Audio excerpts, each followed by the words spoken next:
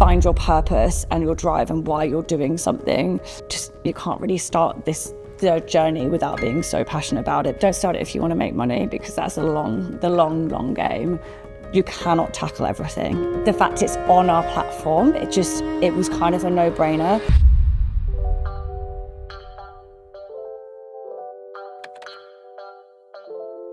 Emma, thanks so much for being here. Thank you for having me. How are you doing? I'm all right, thank you. How are you doing? I'm good. Good. Happy to have you here. Thanks. Very nice setting. Yeah, I know.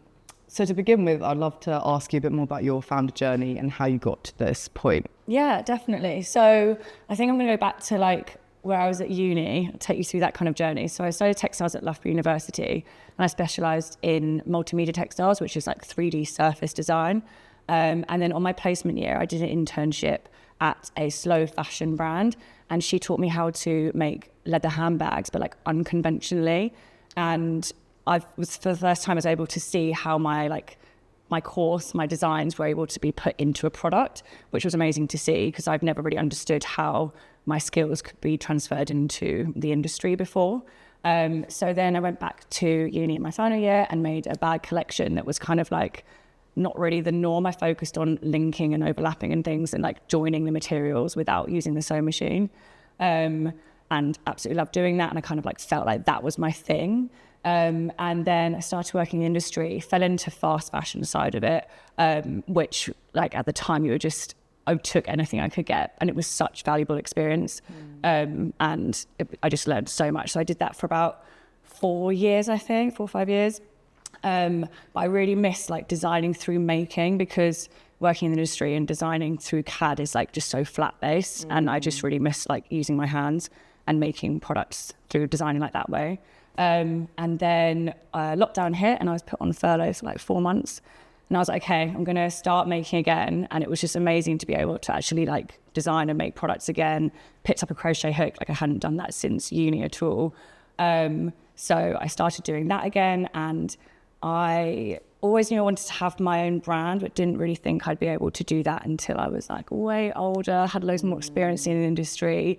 Because I only had 4 years and still had so much more to learn, but something just felt right. And the bags that I was designing, I felt really strongly about them. And I'm just so passionate about being innovative and bringing something new into the world. And I kind of thought I was doing that through the design. So I then launched with the Hive bag, which we've got 2 of them here. This one here, the bucket bags. Oh, so cool. So I launched with that without the crossbody strap actually. And I literally had like no plan, no money. I put like £500 into it. But I just kind of felt like something was right at the time. I just thought I'd go for it and like learn along the way. And we're now 3.5 years on and still kind of winging it. But yeah, nice. That's the journey of how I've got to like the founding part of it. So it's a lockdown baby. Yeah, massively lockdown baby.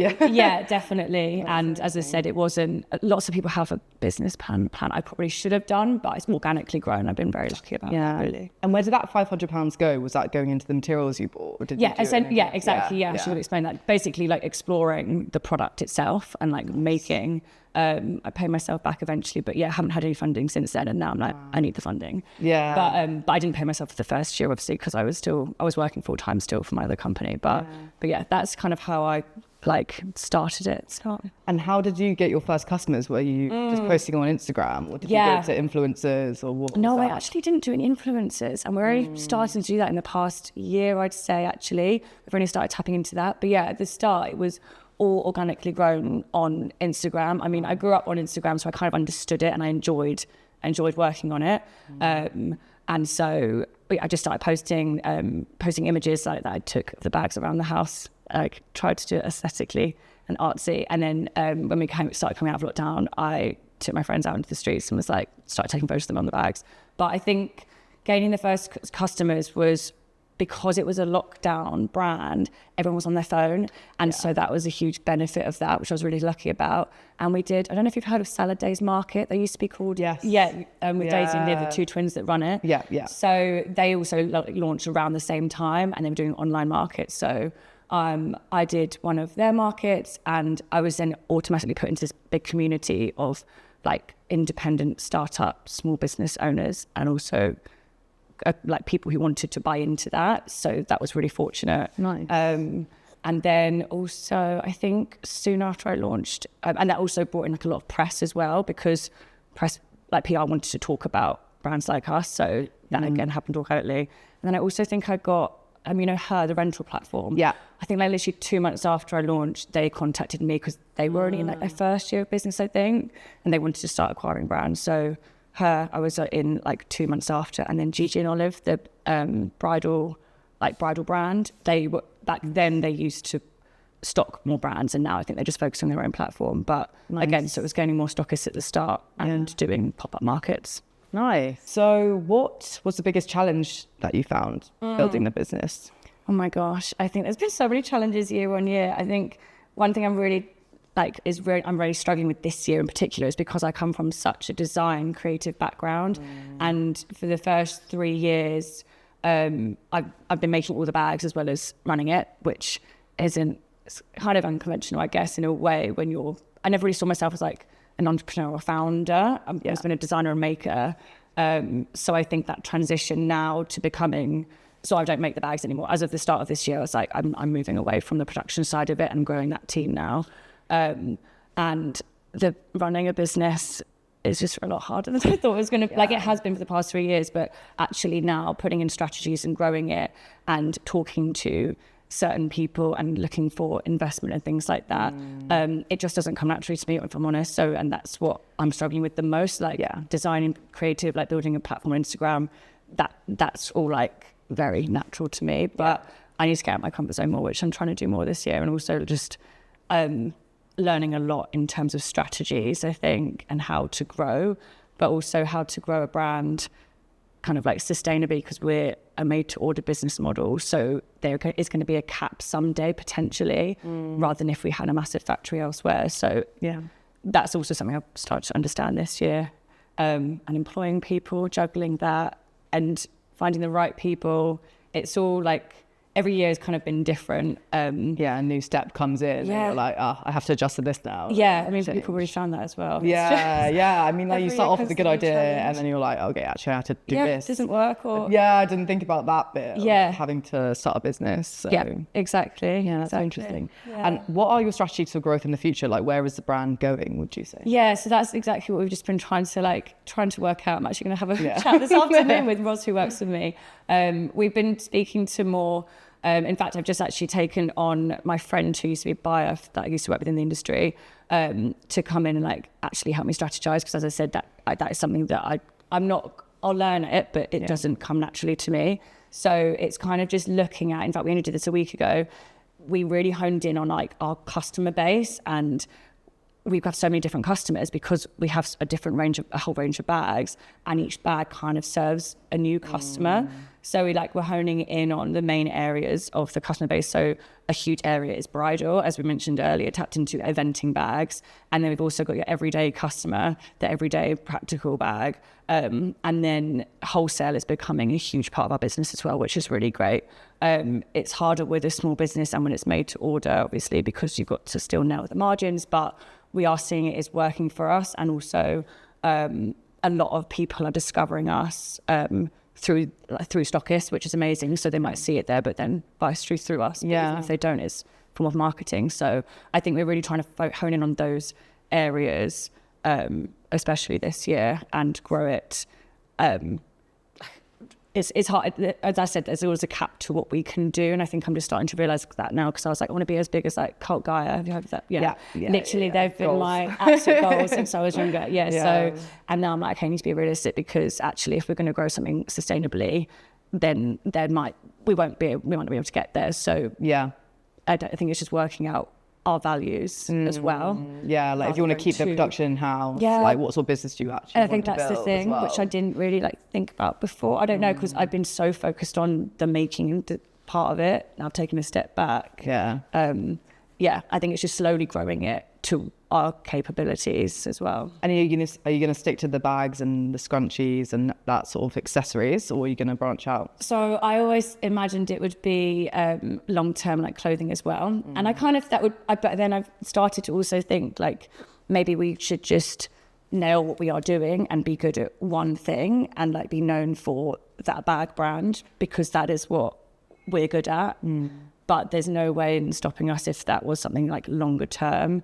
But potentially footwear would be amazing as well, actually. Again, I don't have much experience in it, but I could bring someone who is, sort of thing. So I think we really need to hone in on like and understand and grow like the bag aspect of it and accessories. But I have always imagined, as Carl I did, they start with bags and then grew up on that. So I just use them as a reference because they're very sculptural bags as well, which is like kind of similar to the design aspect.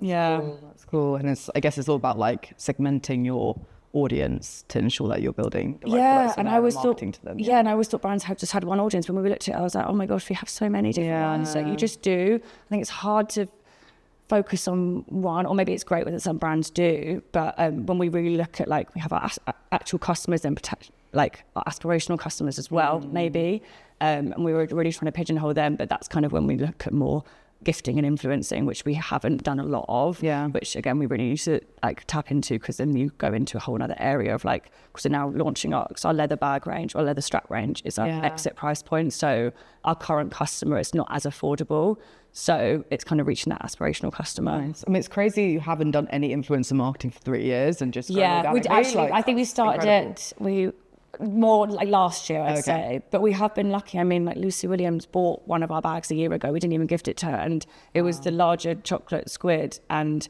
that was a year ago now, I think, and she posted about it a couple of times, and then that's just gold dust, isn't it? So literally that 1 month I was like, okay, so it does work. The right people do work, but she also bought it and it was very authentically posted about it. What didn't really feel forced. So I think that's what I kind of struggled with, when the people actually do want it, but I do understand the whole point of gifting. You have to, there's a strategy behind it. And I think we need to hone in on, definitely. So tell me about the design of the bags. So the first one is the bucket bag. Actually, the original one was probably, it was the Hive. So I launched with like this design, basically. So it was a smaller bucket bag, and we did another one as well, like a larger size, but I've discontinued that now. So it was just a bucket bag, and it's kind of turned into like the event bag, I'd say, that most people buy into, when it actually wasn't really planned like that. So that's actually great how that kind of happened. I then realized that a crossbody was just like a no-brainer, really. So I added this crossbody strap to it after that. Nice. And then slowly we've grown on this as the core piece, really, as a core design. So I launched with the Hive. So I'm always inspired by like organic forms, nature and sculpture, always within my work. So that had to be like integral to the design process and the naming of the bags. And they're all kind of named after habitats. They started like that, and then I branched out of that bit because we ran out of habitats. So it's like the Hive, the nest, the cocoon, clam, and now we're doing like the squid and the scallop. So it's still in that vein.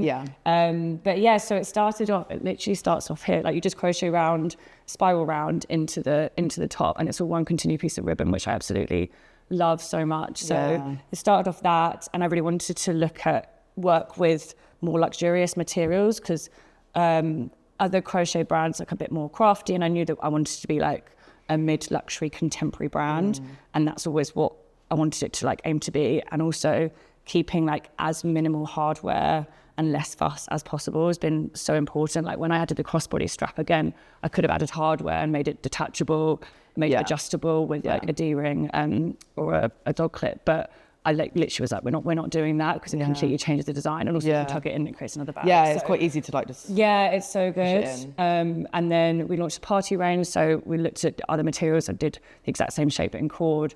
And this one is the clam. So this was new like last year, so it opens up to be like a clam shape. Nice. And I've started adding like leather to it, but again, this is like literally there's literally only one like piece of hardware there on the side. I wanted to keep it really minimal. And then we've got a little logo on the back, which is very cute. Nice. But there's someone in North London that makes the straps for us as well. So I wanted to keep everything really locally based. And we found her a couple of years ago, I think, through a contact. But so it's all very much like refining it, keeping it really stripped back and minimal. And I love like the chunkiness of the crochet. I need to use a bigger crochet hook as possible. I prefer it's cooler if it's a bit chunkier. So you mentioned it already a bit, but tell me about how you minimize waste in the business. I know you do everything made to order, but it is mainly that. And I kind of didn't really, that wasn't a strategy or plan. That was kind of a no-brainer from the start, because I've like always made products and I hate throwing things away, and that's the beauty of crochet, really. You literally use one piece, and if you've got any offcuts at the end, we literally put them in a bag, and we've got now a cupboard full. So we've not thrown anything away at all to minimise waste. And actually, I say at the end of May, hopefully it'll be launching at the end of May, if not June, we're going to launch an offcut range. So we started designing a year ago, but just haven't got around to actually finalising them because they're going to be one-off pieces. So we have like 20 different colours of offcut ribbons, and we started designing striped bags, which they look so cool. They're all going to be one-off pieces, so a lot like higher price point, and also it would take ages to weave back the ends inside the bag. So I'm really particular about it has to just look as neat on the inside as on the outside, obviously. Yeah. So that just takes a lot longer. But yeah, so we're finally like actually using up those ends, which is amazing, to create a whole collection from it, which is really nice. And yeah, the made to order business model just has, as I said, made sense so much from the start, really, and like putting it back in, which is great. And also now, like, as you said, we've done rental since the start, to be fair, and that's been a huge part of it as well. Nice. And you're keeping your supply chain local by having your like local strap. Now, only recently, I think 2 months ago, we launched with like 3 other colours, but we were very careful about the colours we were going to launch because obviously our makers who make the leather straps in North London, we wanted to give them as little order as possible, but also kind of didn't want to undersell it, sort of thing. So I think our customers chose like 3 of their favourite colours and we went with that. So nice. And hopefully we'll be able to sell those through by the end of the year. So we've been careful about that, but that's the only thing that's like not made to order, but also keeping the production in our studio in Hackney Wick. Like, I can just see that multiplying and growing, and also just the quality control of the products is, we can see it rather than factory elsewhere, sort of thing. So every product that goes out, we know the quality of it, and I think that's so important. Especially coming from me from making background, that's kind of integral. Definitely. And hopefully that will just keep following through. And I also love how you involved your community into that process. Yeah, we even did it with the naming of the new bag. Actually, I haven't got that one with me. Cool. But yeah, we were like, because we had loads of names, like a list of names, but we weren't really sure what to go with. And then we asked them to decide what name it was, and they all were like kept within our the nature and like the habitat vibe. It was really cool that our audience actually understood that. So we went with the scallop in the end, which is not really habitat, but it's kind of fitted in with the squid kind of vibe as well. Cool. So obviously we've partnered together. Yeah. So I'd love to ask you now about why did you choose to integrate Resale into your business? Yeah, so it's something that we've actually been chatting about since probably the start of this year, or at least a few months ago. And just becoming more circular this year is something that we just really, as I've realised, taking a step back and looking at the whole model, it's just something that we really feel like that just becomes like it's quite natural to us. To minimise waste has just been a huge factor, and just getting as little to landfill as possible. It'd be great to have like none of our bags ever in landfill. And I think integrating it through our website became like quite an important factor, rather than just having it one of the other apps through there, sort of thing, but having it on our website and integrated into our platform, and like the shopping and buying process already just made so much sense. And we have a loyalty card system, so which we rolled out maybe a year ago, and like our customers are on, most of them are on like their 3rd, 4th or 5th bag. So we knew that they have so many already, they don't just have one. Some do, obviously we've got new customers, but we knew that they were returning for a new colour. So maybe the one they bought 3 years ago, they don't want anymore. So just putting that back into the system and then getting potentially a voucher if they want, just made a lot of sense. Amazing. And why continue? Why us? I think mainly as I mentioned, the integration bit, and working with you guys has been great, obviously. But the fact it's on our platform, it was kind of a no-brainer. And the fact that like on our product pages, I think it's from the start of the shopping experience to the end, it's integrated within it. So which is so important and integral, and customers should now understand that it's part of the whole business model and not just like an afterthought or like a year on after they bought the product. So as we were discussing, like on the product page, obviously above there will be so it'll be the RRP now, but if you buy it now in a year, it'll be worth X amount. I think that's so important, and for me, I'd love to see that as well as a consumer. I think that is so brilliant. And then also sending out like the email marketing like a year after as well, like reminding them, and it just makes sense to it to be on our website and the platform within it. And also with some other platforms, it kind of maybe cheapens the brand a bit, but by having it on our website, we can kind of, it's still back into the system and people still feel like they're part of the community rather than kind of keeping it separate, I think. Yeah, and also your community sound like they're really engaged. Yeah, as well. they really are. Like, you So know, we're really lucky about that. Yeah, so I feel like it would be really good as well to just tell them another story and engaging them even further. Yeah, it'd be really, really good to see how it rolls out, really. I think I'm really intrigued to see how our customer base like takes to it, which I'm sure they really will, because it's becoming huge and it needs to be rolled out. Yeah, to so many more brands. Yeah. Awesome. Yeah. So a bit more of like a broader question now. Yeah. How would you like the industry to change? How would you like us to continue? That's very clever. I know. That's very good. Thought about that earlier. I think for this to be, I'm going to talk about like this whole model again. I think with the tailoring repairs app Sojo, have you heard of that? Yeah. So they, I literally think what they're doing is unbelievable. And they've slightly changed their business models. I think they're now partnering with so many brands. So they're literally the purchase, at point of purchase, you can also select to repair your item, like tailor it, like as you purchase it. Yeah. So I think adding that into the system of purchasing from the start rather than having an afterthought, because people are lazy, they won't do it if it's an afterthought.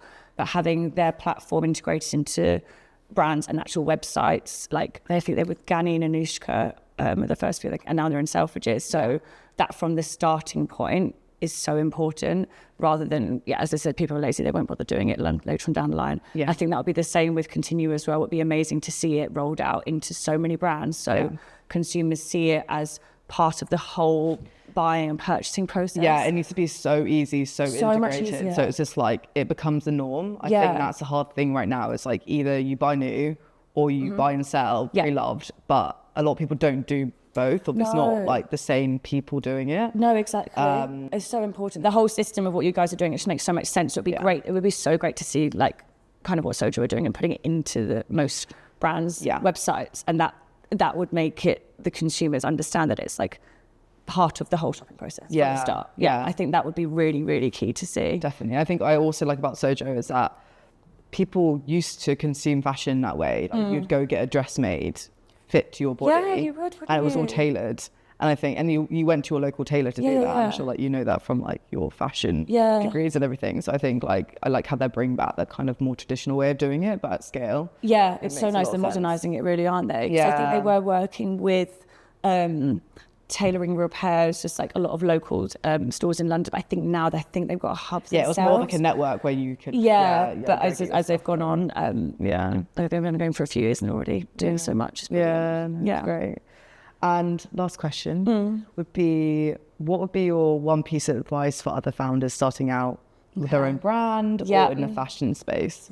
There's lots of advice that probably I would give. The main thing I can think of right now is that really like find your purpose and your drive and why you're doing something, which I know could sound really obvious, but I've kind of like looked into that this year especially, and I've taken a step back, and that is going to keep driving you.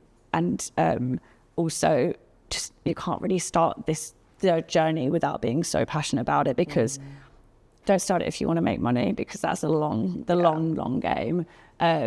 And hopefully if it is your passion, then that will come, sort of thing, because it's more authentic and more natural. And I read Daisy Morris's book, Community is Your Currency. Been reading that, actually. I haven't finished reading it. And she's brilliant. She's a digital marketing consultant.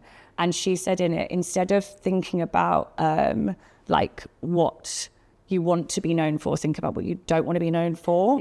And it's kind of an easier way to think, because you remember all the one negative comment and you don't remember any of the good ones. So I think it's just spinning it on its head. And also in terms of sustainability, you cannot tackle everything. You just cannot, and it's impossible. So find out, like really understand the one like main part of your ethos and the one thing that really stands out and what you want to kind of like, be known for and tackle. And then take the next step and do the other things first, other things after that, because you cannot tackle everything at once. Be really focused, because otherwise it's so overwhelming and then you lose yourself and what the brand actually stands for along the way. Exactly, and there's just too much of it to tackle. So I'm in on that. Nice. I need to read that book as well. It sounds very good. It's really, really good. She's great. Nice. Well, thank you so much. Thank you It's for been a having great me. convo. Yeah. So, Yeah, it's been good. Thank you. No worries.